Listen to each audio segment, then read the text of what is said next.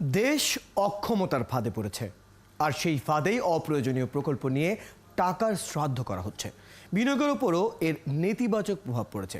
CPD আয়োজিত budget পরবর্তী সংলাপে এসব কথা বলেন বক্তারা।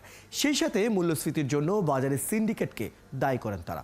আরও জানাচ্ছেন মুজাহিল হক রুবেন। মূল্যস্ফীতি মানে বাজারে জিনিসপত্রের দাম বাড়ার হার। সরকারি হিসাবেই এই হার এখন প্রায় 10%, আর সিপিডির হিসেবে নিম্ন আয়ের মানুষের ওপর এই হারের প্রভাবটা 20%। ফলে নিত্যপণ্য কেনার ক্ষমতা কমেছে মানুষের। এমন পরিস্থিতির জন্য বাজারের সিন্ডিকেটকে দায়ী করেছেন বিরোধী দলীয় উপনেতা আনিসুল ইসলাম মাহমুদ। আমাদের দেশের inflation is entirely to do with সিন্ডিকেটস। They decide what is the price. After the inflation, if you're serious in controlling the inflation, you have to tackle the syndicate. অর্থনীতিবিদ হোসেন জিল্লুর রহমানের মতে দেশ অদক্ষতার ফাঁদে পড়ে আছে, আর এই ফাঁদ বিনিয়োগের ক্ষেত্রেও সংকট তৈরি করছে। ক্ষতিগ্রস্ত হচ্ছেন উদ্যমী কর্মীরা। শিক্ষার বিনিয়োগ শুধু যদি হয় শিক্ষা ভবন তৈরি হবে, তাহলে শিক্ষা মন্ত্রণালয়কে নতুন করে নামকরণ করা দরকার।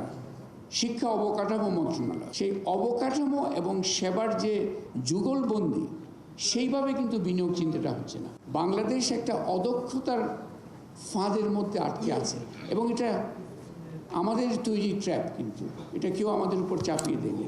সাবেক পরিকল্পনা মন্ত্রী এম এ মান্নান আলোচনায় বলেছেন, মনে হয় আমরা বসবাস করি বোতলে আর বিনিয়োগ করি পাতালে। বিনিয়োগের সিদ্ধান্তের আগে সেটি জনকল্যাণকর কিনা তা নিশ্চিত করার তাগিদ দেন তিনি। এমন প্রকল্প আমার হাত দিয়ে আমার রেখে গেছে বা যাচ্ছে, যেগুলো শুনে আমি মনে প্রাণে এক করছিলাম না।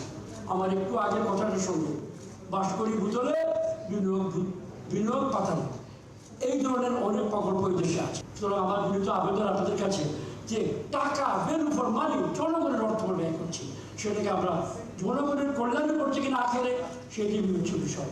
সাবেক সংসদ সদস্য রুমিন ফারহানা জানান, কালো টাকার মালিকদের বিরুদ্ধে কোনো ব্যবস্থা না নিয়ে তা সাদা করার সুযোগ দেওয়া হয়েছে।